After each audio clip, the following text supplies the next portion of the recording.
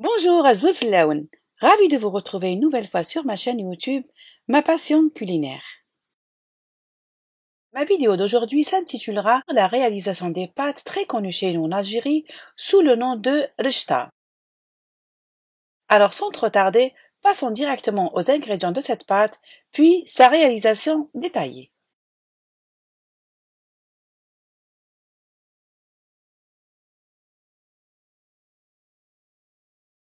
Tout d'abord, avant de commencer, je vous avoue honnêtement que la plupart des astuces et idées citées dans cette vidéo me parviennent de ma petite sœur Lila, que je remercie à l'occasion énormément. Le type de semoule que je vais utiliser dans cette pâte est de calibre fin. Après l'avoir tamisé bien sûr, je mets le sel sur le côté du récipient que j'humidifie avec un peu d'eau froide. Et si vous avez l'habitude d'utiliser du gros sel, il vaut mieux le laisser dissoudre un petit moment avant de l'intégrer à la semoule. Sinon, cela pourra provoquer des déchirures au niveau de la pâte lors du passage au laminoir. Alors je commence à humidifier ma semoule progressivement par petites quantités. À chaque fois que je verse une petite quantité d'eau, il faudra s'assurer que l'eau a bien été absorbée par la semoule avant de continuer. Enfin, pour résumer tout ça, la texture finale de ma pâte doit être bien ferme. Et là, avant d'oublier, je voudrais soulever un point très important. Il est préférable d'éviter de préparer la pâte de rechta avec de la semoule extra fine. Je m'explique. La semoule extra fine a un pouvoir absorbant très faible. Même si on réussit à faire une pâte bien ferme, elle finit toujours par s'assouplir et devenir molle. Du coup, la maîtrise de la pâte sera un peu difficile, surtout pour les débutants. Voici l'aspect de ma pâte à la fin.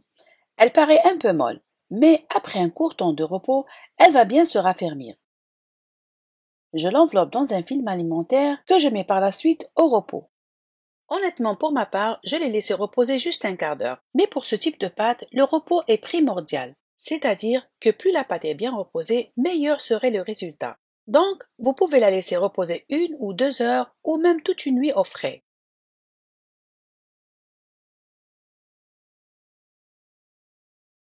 J'alterne à présent entre pétrissage et repos de ma pâte jusqu'à obtenir un aspect lisse et homogène.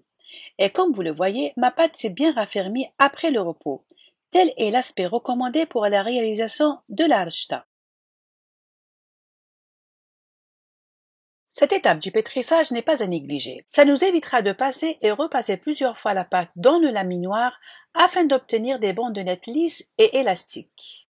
Lors du pétrissage, je n'ai rajouté aucune goutte d'eau. Si on parvenait à le faire, la pâte deviendrait molle et difficile à maîtriser lors de l'étirement des bandelettes. Alors le secret de la réussite de rechta réside dans la fermeté de la pâte. Je façonne ma pâte en pâton que je détaille ensuite en tronçons. Je démarre la rechta avec 2 boules et je réserve le reste dans un sac hermétique.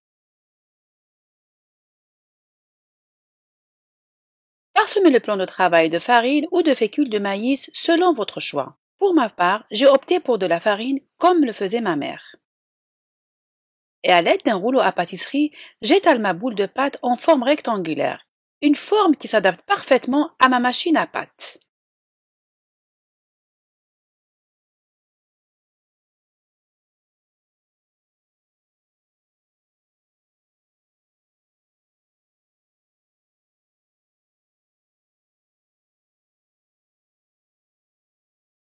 Puis, je viens affiner progressivement ma pâte à l'aide d'un laminoir et je vais démarrer avec le numéro 3.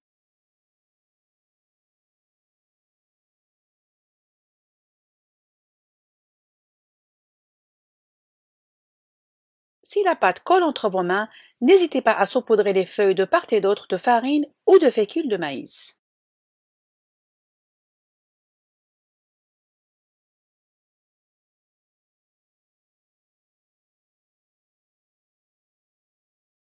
Je repasse à présent les bandelettes au numéro 5. Et là, j'ouvre une petite parenthèse. Il est déconseillé d'étaler et de passer au laminoir toute la pâte qu'on a préparée et la mettre par la suite à sécher. C'est une question de temps. Les premières bandelettes auront séché à point et pourront facilement passer au laminoir sans souci. Mais le reste aura trop séché et ne pourra pas être laminé à temps. Mais ceci dit, le problème ne se pose même pas si vous avez quelqu'un qui vous donne un coup de main.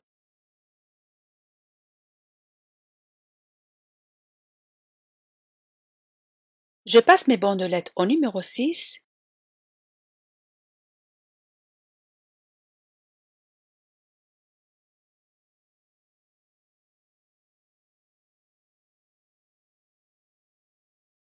et enfin au numéro 7. Le 7 est le numéro le plus fin de ma machine à pâte. La longueur de la bandelette doit être un peu longue. Elle peut atteindre jusqu'à 1 mètre de longueur.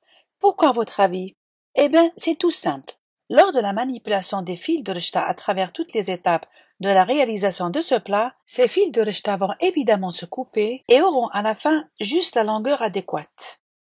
Mais si on parvenait à réaliser des petites bandelettes, la rechta à la fin ressemblera exactement à des vermicelles qu'on met dans la shorba. Je mets les feuilles de pâte à sécher sur un linge propre et je les laisse quelques minutes exposées au courant d'air. Et pour une organisation efficace, j'anticipe en parallèle la préparation d'une ou deux boules pour la suite. Comment reconnaître à présent si les feuilles ont séché et sont prêtes à passer une dernière fois au laminoir?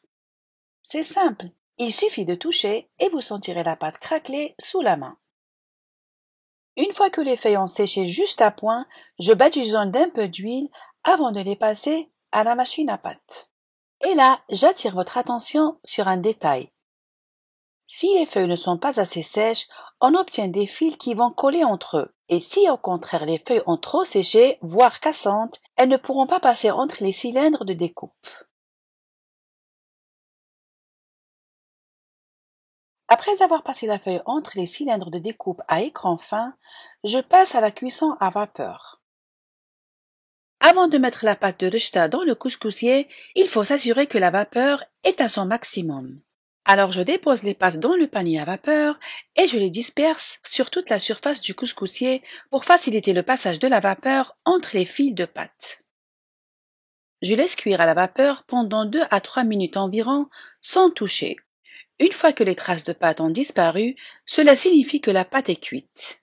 Et à ce moment-là, j'essaie de démêler les nœuds en la retournant avec une fourchette à viande.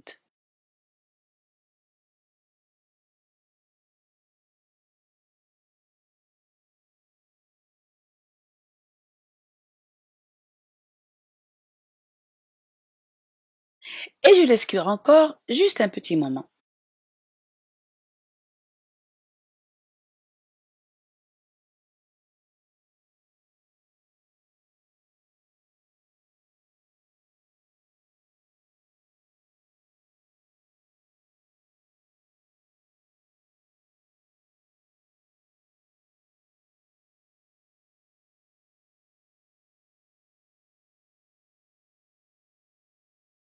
Ensuite, je verse mes pâtes dans un récipient, j'essaie d'enlever les quelques nœuds qui restent et je laisse refroidir.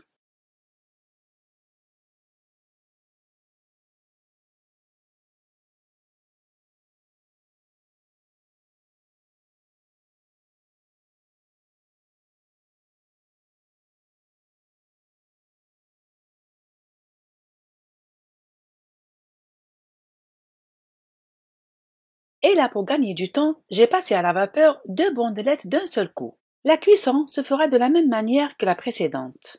Mais entre nous, je préfère le faire une par une. Ainsi, j'aurai assez d'espace dans mon panier à vapeur et la cuisson se fera rapidement. Alors je conseille les débutantes de cuire l'alchta à la vapeur, feuille par feuille.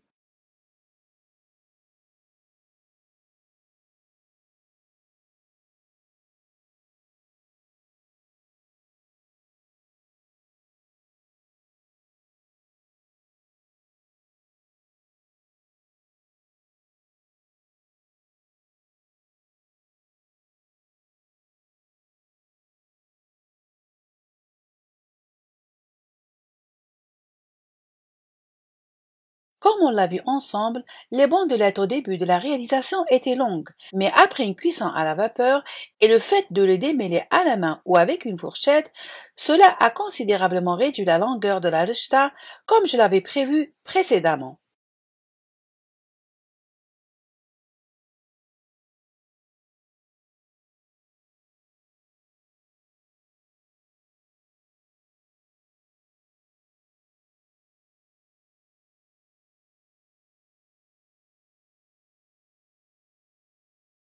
Après total refroidissement, je réserve ma pâte de rechta dans un sac hermétique que je mettrai par la suite au congélateur.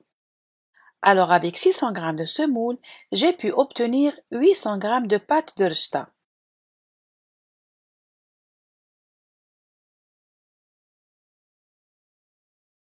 Et enfin, je mets le sac de congélation dans une boîte, ainsi ma rechta sera protégée de toute cassure ou brisure pendant plusieurs mois. Voilà, ma vidéo de la réalisation des pâtes de rechta touche à sa fin. J'espère qu'elle vous sera utile.